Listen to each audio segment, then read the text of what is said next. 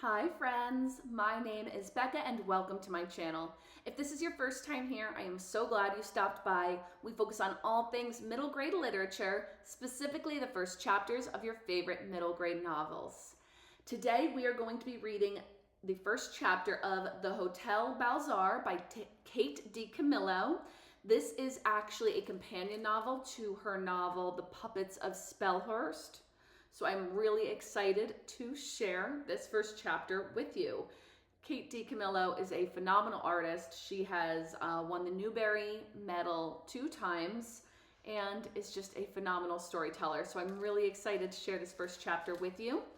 We're going to start by reading the front and side cover, which will give us a little bit of an idea what this novel is going to be all about. At the Hotel Balzaar, Marta's mother rises before the sun, puts on her uniform, and instructs Marta to roam as she will, but quietly, invisibly, like a little mouse. While her mother cleans rooms, Marta slips down the back staircase to the grand lobby to chat with the bellman, study the painting of an angel's wing over the fireplace, and watch a cat chase a mouse around the face of the grandfather clock, all the while dreaming of the return of her soldier father who has gone missing. One day, a mysterious countess with a parrot appears, promising a story, 7 in all, each to be told in its proper order. As the stories unfold, Marta begins to wonder, could the secret to her father's disappearance lie in the countess's tales? With magical storytelling by Kate DiCamillo and elegant line art by Júlia Sardà, the Hotel Balzaar masterfully juggles yearning and belief, despair, and hope. Okay, we are going to flip open to chapter 1, and I will show you a picture of one of those beautiful illustrations.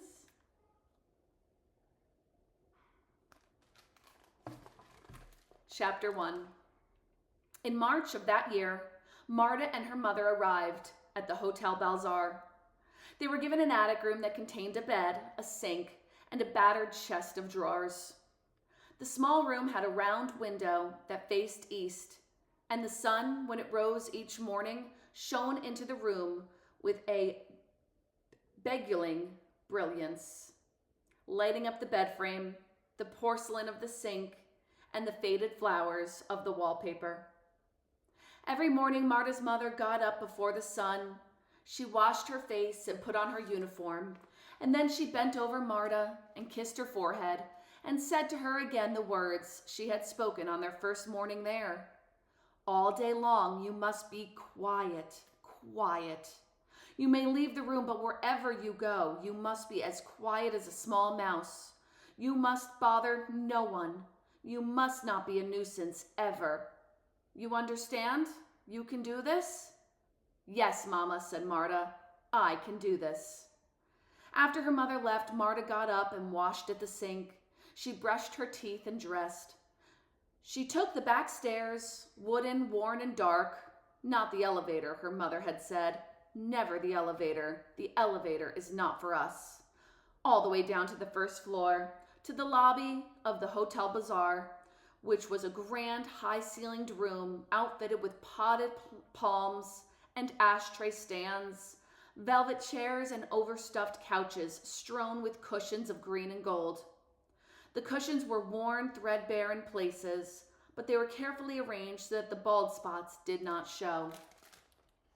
In the morning, the lobby was hushed and gray and dim, but by late afternoon, the room was filled to overflowing with light, almost as if someone were standing high above the Hotel Balzaar, pouring molten gold from a pitcher and murmuring, "There must be more light, yes, and yet more."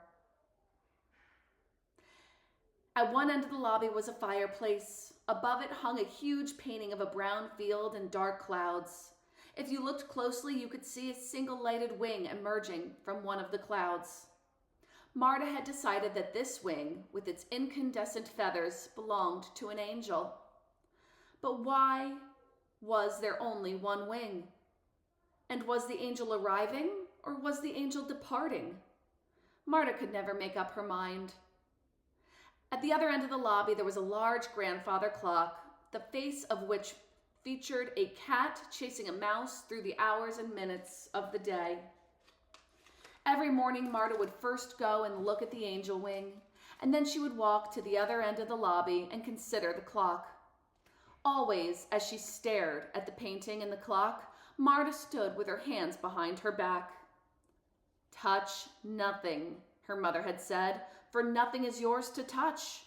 Do not sit on the furniture. The chairs are not ours to sit upon. Speak if you are spoken to. Speak only if you have no choice. Otherwise, do not speak. Quiet, quiet like a little mouse."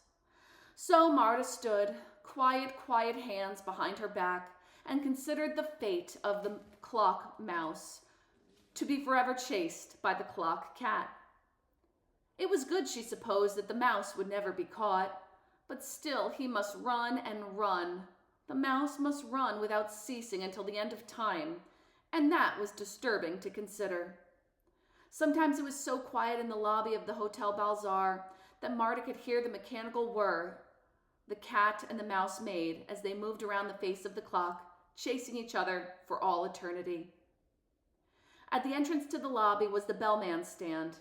This post was perpetually occupied by a man named Norman Francis Binwithier. Norman was 500 or perhaps 600 years old. His teeth were yellow. Huge tufts of hair sprang from his ears. His bellman suit was shiny at the knees and the elbows, and he wore his little bellman's cap at a jaunty angle so that it obscured his left eye. Norman could sleep standing up with his back very straight and a smile on his face. "A skill, my dear," Norman had said to Marta the first time he woke and found her studying him. "A skill of incalculable worth." Marta backed up. She felt her face flush. "Norman Francis Binwithier, at your service," said Norman. He clicked his heels together and took the cap from his head and bowed deeply to her. "I'm not supposed to talk to anyone," Marta said. "Of course," said Norman. He put the little hat on his head and it immediately slid down and covered his left eye. "We have not spoken," said Norman, "you and I. In this business, discretion is everything. Discretion is all. Speaking of discretion, may I say that I have noticed you discreetly studying the painting and also the clock?" He smiled. Marta smiled back. "I'm Marta," she said. Immediately she regretted saying her name. She heard her mother's voice. "Speak only if you have no choice." "Marta," said Norman. "Marta, the lady who studies art and time. Marta, whom I have never met, spoken to, or seen." He winked at her. "Discretion, you see." Norman slept most of the day, always with a small smile on his face. If he was awake, he would look at Marta and wink a slow wink. Sometimes he produced a coin from one of his hairy ears and presented it to her with a solemn bow. Marta said to him, "You smile when you sleep? Are you dreaming?" "Of course," said Norman. "Otherwise, what is the point to go away so?" "What do you dream of?" asked Marta. What a question from someone who is not supposed to speak. Marta's face grew warm. She looked down at the scuffed toe of her shoes. "Shh, shh, so," said Norman. "I will tell you. I dream of the meadow behind my grandfather's house. I dream of the blue flowers there, and of the tall grass, and of the bees buzzing. What do you dream of, lady?" "I don't dream," said Marta. This was not true. She did dream. She dreamed of her father returning. It was a dream in which she opened a window or a door, and a dazzling square of light suddenly entered the room, and then behind the light was her father, wearing a black suit, walking toward her, smiling. He walked with his arms stretched out on either side of him, balancing, and everywhere there was light. She did not tell Norman about this dream. She did not tell her mother either. Her mother, who slept beside her in the small bed in the attic room of the Hotel Balzaar. Her mother, who wept sometimes in the night. What did Marta's mother dream? Marta did not know. She was afraid to ask. That is the end of chapter 2 of DiCamillo's Hotel Balzaar. You can just tell from that first chapter how wonderful the storytelling is and the writing style of Kate DiCamillo. If you enjoyed this first chapter Friday read aloud, please consider liking and subscribing so you can be notified every time there is another first chapter Friday read aloud available. Teachers, if you're reading this with your students, check out the description for some links and resources to this novel. And until next time, everyone, happy reading.